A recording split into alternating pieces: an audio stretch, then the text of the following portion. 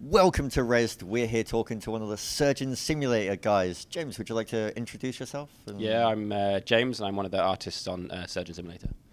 I'm so glad that you weren't just like, I'm James, and stop there. We've had someone do that. Yeah. It's just like, I'm Dave, and just stop. And it's like, yeah, keep going. Yeah. Do you want to fill us in a bit more? It's like, well, I'm a Libra. I really like Chinese foods. Yeah, maybe I could have gone onto it a bit more, but yeah, I think that would do. What's your favourite colour? I don't think I already have one. Mauve. Blue. Blue. So you could have gone with anything, it's just blue. Well, I think it's the most common favourite colour. It's not going to be like red. Or no, it's actually blue. One of those really annoying people that's like, it's white, and then you get someone that's like, that's not actually a colour. Yeah, well, that's just annoying, isn't it? I know, right? Yeah. Or actually, I think white is all colours. Black is the absence, I think, and white is all colours. There's a thing you can do where if you get like, it never worked, but if you put all the colours on this thing and spin it around, apparently it's supposed to go white. That's what, like Da Vinci Code sort of thing? Yeah, something like that. Yeah, that's quite weird. So you're showing off Surgeon Simulator here. What's the reception been like? Oh, it's been amazing. It's been like overwhelming, really. Like since the conception of the idea to what we've got now, it's just been overwhelming, really. Yeah, because the game started as, correct me if I'm wrong on this one, it started as like a game jam thing. Yeah. And then you were pretty much a case of, we'll put it online and people can play it. And then it just got hugely popular and like YouTubers started jumping on it. And it was just a case of everyone wanted the game and you guys were like, well, let's just kind of make more. Well, basically, yeah, not so much make more, it's just make, like, 'cause we had the sort of, we call it a demo, but it's more of a prototype. So we had that from the game jam. With the casualty music. With the casualty music that we quite quickly had to remove once we put it online and on Congregate and all those kind of things. Which is a real shame. Yeah, I think BBC have missed a trick there, really, haven't they? They could have just made it, just be like, we only want See, what they could have done is they could have had someone playing it in casualty. But then you'd get like all kinds of. They'd be like, okay, you can put the song in, but we want you to put in like certain things where it's like we want someone to have to like have a clothesline unwrapped from them. Well, what they should have done is have a doctor playing it in casualty, and someone comes in, and then they say, "Oh, what are you doing?" "I'm just training." So like me, lunch break. Yeah. I'm just getting some practice in before we do the heart op. So. You guys seem to be extremely popular. Like, we tried to check you out yesterday, because we're on day 2 at the moment. Yeah. But we tried to check you out yesterday, and it was like, we couldn't get anywhere near the Rift, because you're showing it off on the Oculus Rift with the Razer Hydra as well, which is an incredible combination with your game. Yeah, I think it's just, I mean, like, the whole game has been we've just been really fortunate with a lot of things. And I think the Oculus and the Hydra, it's just a really good match for what we've got with Surgeon Simulator, I think. You've pretty much had people around it all the time. So our plan yesterday was, all right, we'll leave it and we'll make sure first thing tomorrow we're in the doors, we're straight to Surgeon Simulator, we'll get on the Rift, we'll film some footage of Dave looking like an idiot, and then we'll go and do that. And so like doors open, it was like, right, straight through guys, beeline to Surgeon.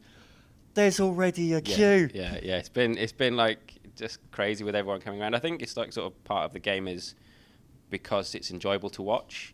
It brings a crowd with sort of, not every game, but some games are very sort of solitary, or even if it's kind of a multiplayer thing, it's multiplayer online with other people, so you're still kind of in that sort of solitary experience. Whereas this is very much, Surgeon Simulator is very much like let's play with friends around. Yeah, it's kind of like it's not really, but you could almost use it as a party game. I think I've heard people kind of using it. See, your game is sat in a very unique position in the fact of you've got a name of Surgeon Simulator. You'll get people that have never seen the game come past and be like, "Oh, it's a Surgeon Simulator game. Oh, I'll give this a go." And then of course it's not too it's hyper realistic and not very realistic.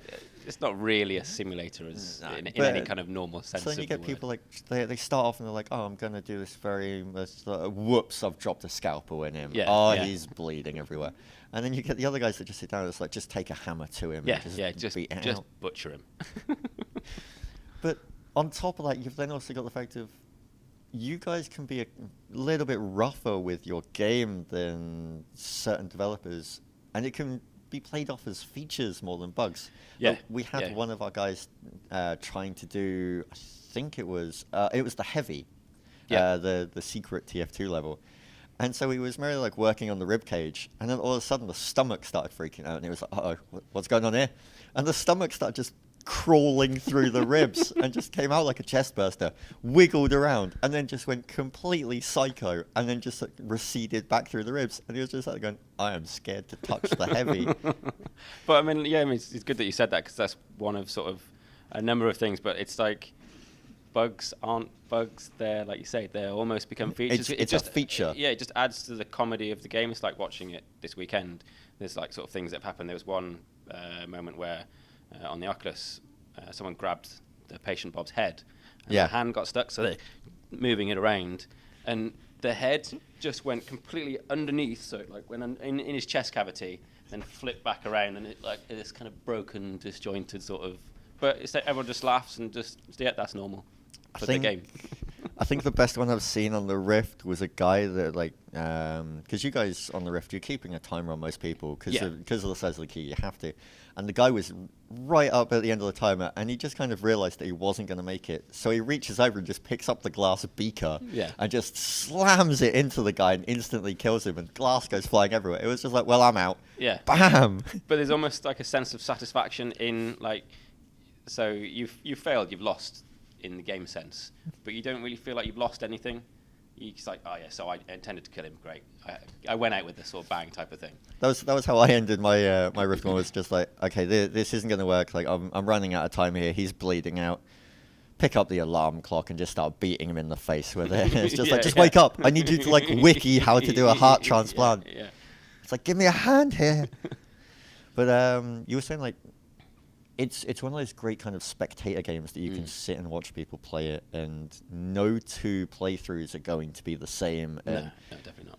Not only that, but they're going to be wildly different, unless you get two people that played a lot of the game and they literally just like done. But even then, there's going to be differences between it. But what has been your favorite moment of watching someone play the game? What's been the moment for you that's just been like, that's great?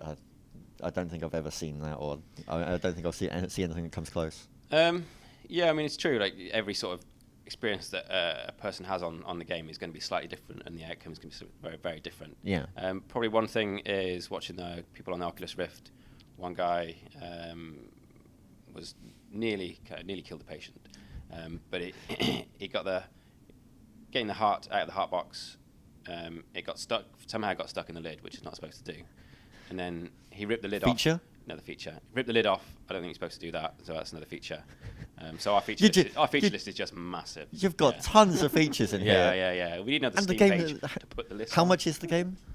$6.99 at the moment. See, that's so many features for such a low price. Yeah, how can people? The value is amazing. Yeah.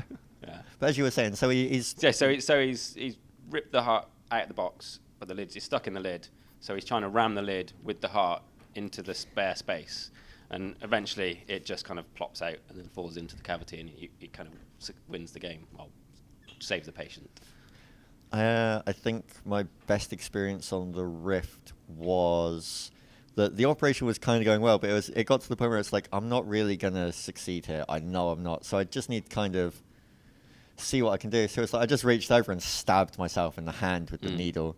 And like you stand and you watch people, and because you've got the screen set up to show both of the eyes separate, so that people can kind of see what's going on the Rift, and watching someone stab themselves and then see it, it's like essentially it's just kind of put on your 3D glasses now. Yeah.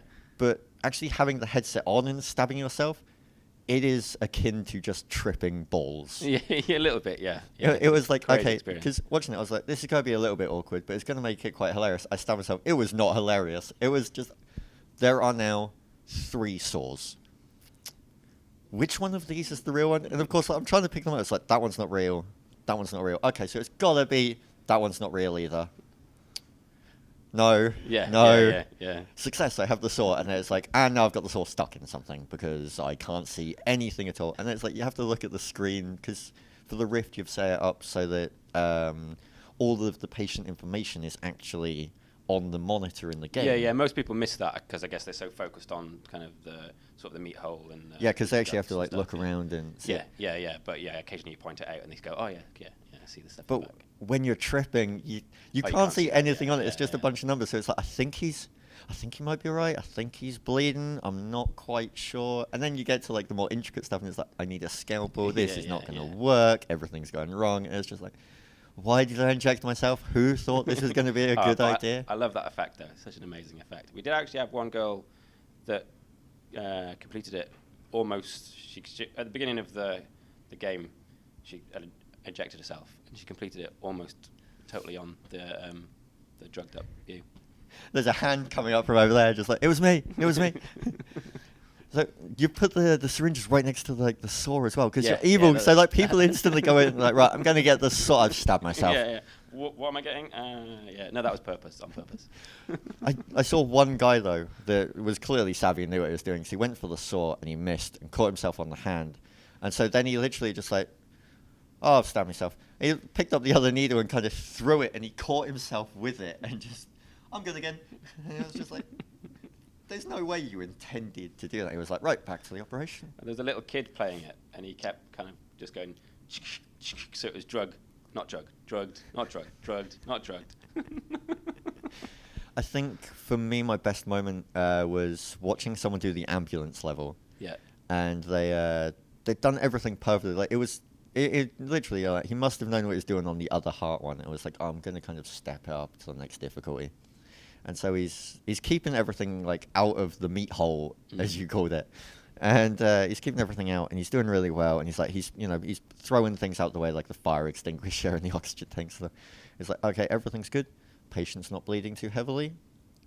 We're gonna get you through this. I just need to put in the new heart.